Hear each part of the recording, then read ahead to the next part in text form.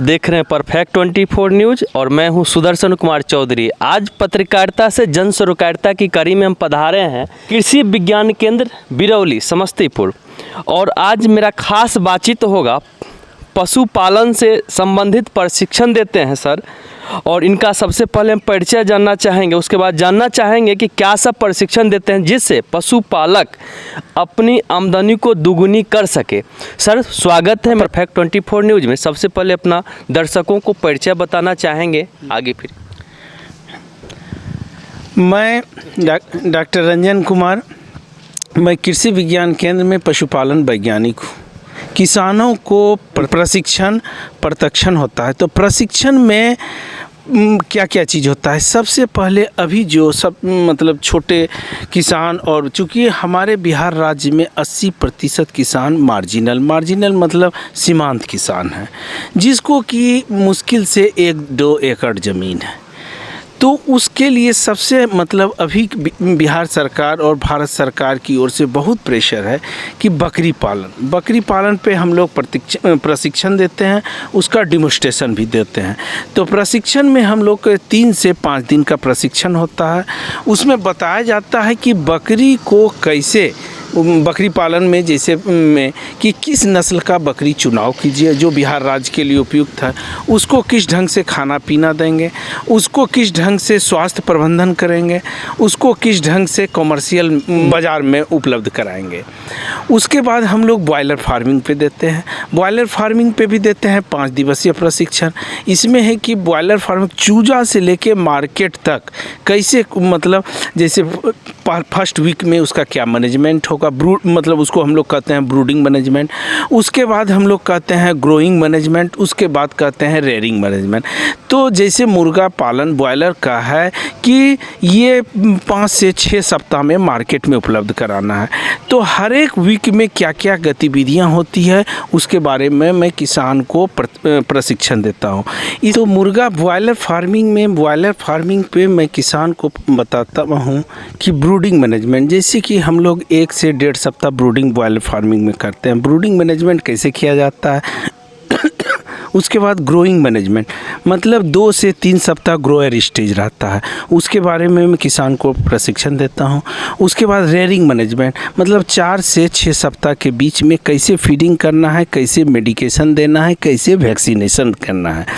मुर्गा में भी है फ्रॉम 0 डे से 6 वीक तक, मतलब जो पालन करते हैं उसका एक वैक्सीनेशन शेड्यूल है, वो कैसे पालन करना है, कैसे दिया जाता है, उनको मैं बताता हूँ, थ्योरी और प्रैक्टिकल। तो ये बॉयलर।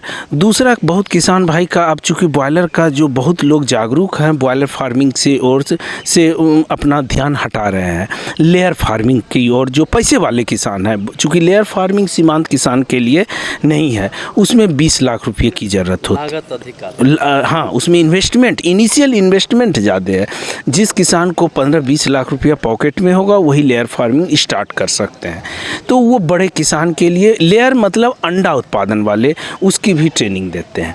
अब तीसरा मुर्गा में है, ट्रेनिंग सर कितना दिन का होता है? ये लेयर का तो 1 सप्ताह 10 दिन।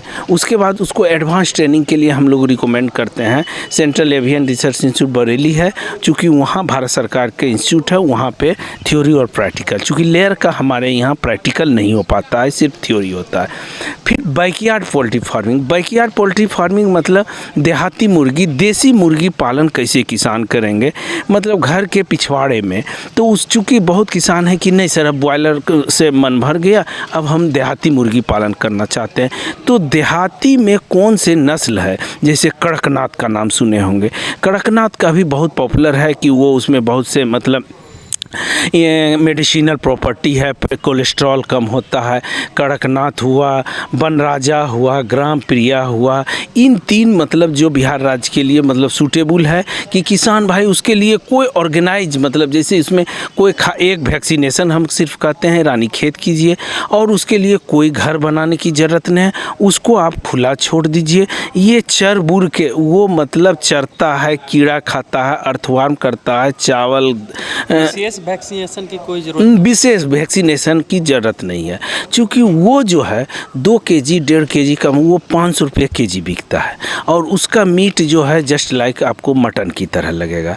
तो जो पैसे वाले किसान हैं जो वो पसंद करते हैं कि देहाती मुर्गी पालन करेंगे, उनको हम कहते हैं बैकयार्ड पोल्ट्री फार्मिंग कीजिए। तो ये पोल्ट्री फार्मिंग में हाँ। अब सर यहाँ पर सर एक हम बत्तख पालन के बारे में हाँ, बत्तख पालन का भी ट्रेनिंग देते हैं, क्योंकि इंटीग्रेटेड समेकित कृषि प्रणाली में मछली पालन और बत्तख पालन हम लोग ज़्यादा, पहले लोग मुर्गा पालन पे ध्यान देते थे कि तालाब के बगल में, चूँकि मुर्गा पालन में इस पहले शुरू हुआ, लेकिन अब इसमें बहुत सी डिमेरिट आने लगी, क्योंकि मुर्गा के जो फिशेस होता है मतलब वीड होता है उसमें हाई फास्फोरस रहता है, बहुत से नाइट्रोजन रहता है, जिसके कारण तालाब पोल्यूट हो जाता है। इसीलिए मुर्गा पालन को अब हम लोग ये कर रहे हैं, अवॉइड कर रहे हैं। बत्तख तालाब के साथ बत्तख बहुत अच्छा, बत्तख पालन का भी ट्रेनिंग देते हैं। बत्तख का इसीलिए पर्पस है कि तालाब में वो तैरती है तो पानी को ऐसे ऐसे तैरने के समय हिलाता है तो वाटर में ऑक्सीजनेशन होता है, इससे मछली की ग्रोथ भी बढ़ती है और बत्तख को फीड भी मिल जाता है, उसमें इंसेक्ट होता है। और दूसरा कि बत्तख जो फिशेस करता है वो मछली का फीड हो जाता है।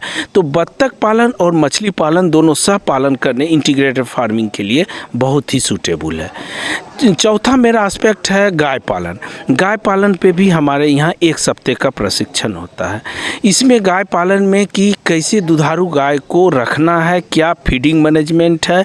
गाय में सबसे बड़ी समस्या अभी है किसानों के पास कि रिपीट ब्रीडिंग कंडीशन कहने का मतलब 3-4 बार लोग पाल दिलाता है फिर भी कंसीव नहीं करती है।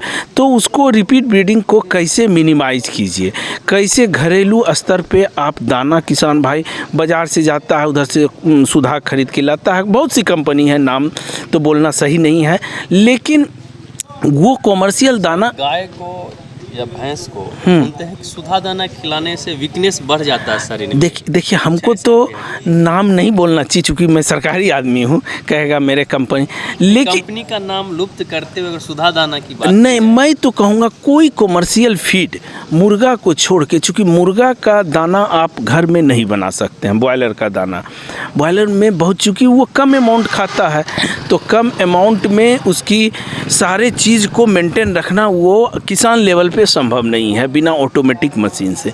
लेकिन गाय भैंस के लिए मैं किसान भाई को हमेशा कहता हूँ इसका संतुलित दाना आप अपने घर पे बनाइए। चाहे कोई कंपनी हो, कॉमर्शियल दाना अपना धंधा करता है, वो दाना में क्या है वो आप लोग को किसान भाई नहीं पता है, लेकिन मुझे पता है। आप इवन चोकर जो अभी 23 से 24 रुपया किलो है, उसमें आप देखते हैं लकड़ी का बुरादा मिलाता है, यूरिया का स्प्रे करता है।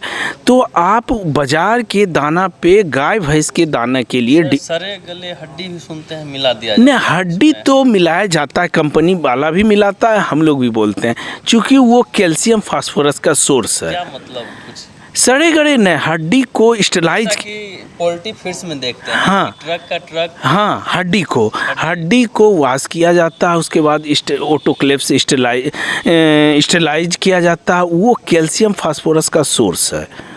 एक हड्डी, इवन मुर्गी के फीड में मछली मिलाया जाता है, मछली को मिलाया जाता है, फिश मील जिसको कहते हैं वो मिलाया जाता है। लेकिन गाय के फीड में इवन किसी भी, अब बैंड हो गया है कि एनिमल प्रोडक्ट किसी को नहीं मिलाना है, ये ऑफिशियल गवर्नमेंट ऑफ इंडिया का बैंड आ गया है, क्योंकि वो शाकाहारी चीज़ है। और शाकाहारी चीज़ को आप, इससे कुछ ऐसा डिजीज है जो कि गाय को भी होगा, आदमी को भी हो जाएगा। इसीलिए ये गवर्नमेंट ऑफ इंडिया रोक लगा दी है, किसी भी एनिमल के बाय प्रोडक्ट को आप एनिमल फीड में नहीं यूज कीजिए। तो संतुलित दाना घरेलू स्तर पे कैसे किसान भाई यहाँ पे, चूँकि किसान भाई के सब पास सब है, मक्का है, गेहूँ है, खल्ली है, सिर्फ बाज़ार से खनिज पदार्थ उसको खरीदना है, नमक खरीदना है। वो अच्छा एक तरीका है कि घर का बना हुआ चोकर चुन्नी है उसी का उपयोग। हाँ, वो बेस्ट है। उससे मतलब किसान भाई को ये रिपीट ब्रीडिंग की समस्या बहुत कम होगी। तो इन सब चीज़ पे मैं ट्रेनिंग देता हूँ, उसके साथ डिमोस्ट्रेशन में जैसे अभी पिछले महीने हम लोग दिए नेपियर ग्रास। नेपियर एक पेरिनियल ग्रास होता है कि एक बार किसान लगा दीजिए, जो आपका वेस्ट भूमि है मतलब ग्रीन फॉडर हरा चारा उत्पादन, चूँकि बिहार के किसान को उतनी ज़मीन नहीं है तो हरा चारा के लिए वो अपना 2 कट्ठा 4 कट्ठा छोड़ नहीं सकता, उसमें वो कैश क्रॉप नकदी फसल लगा देंगे।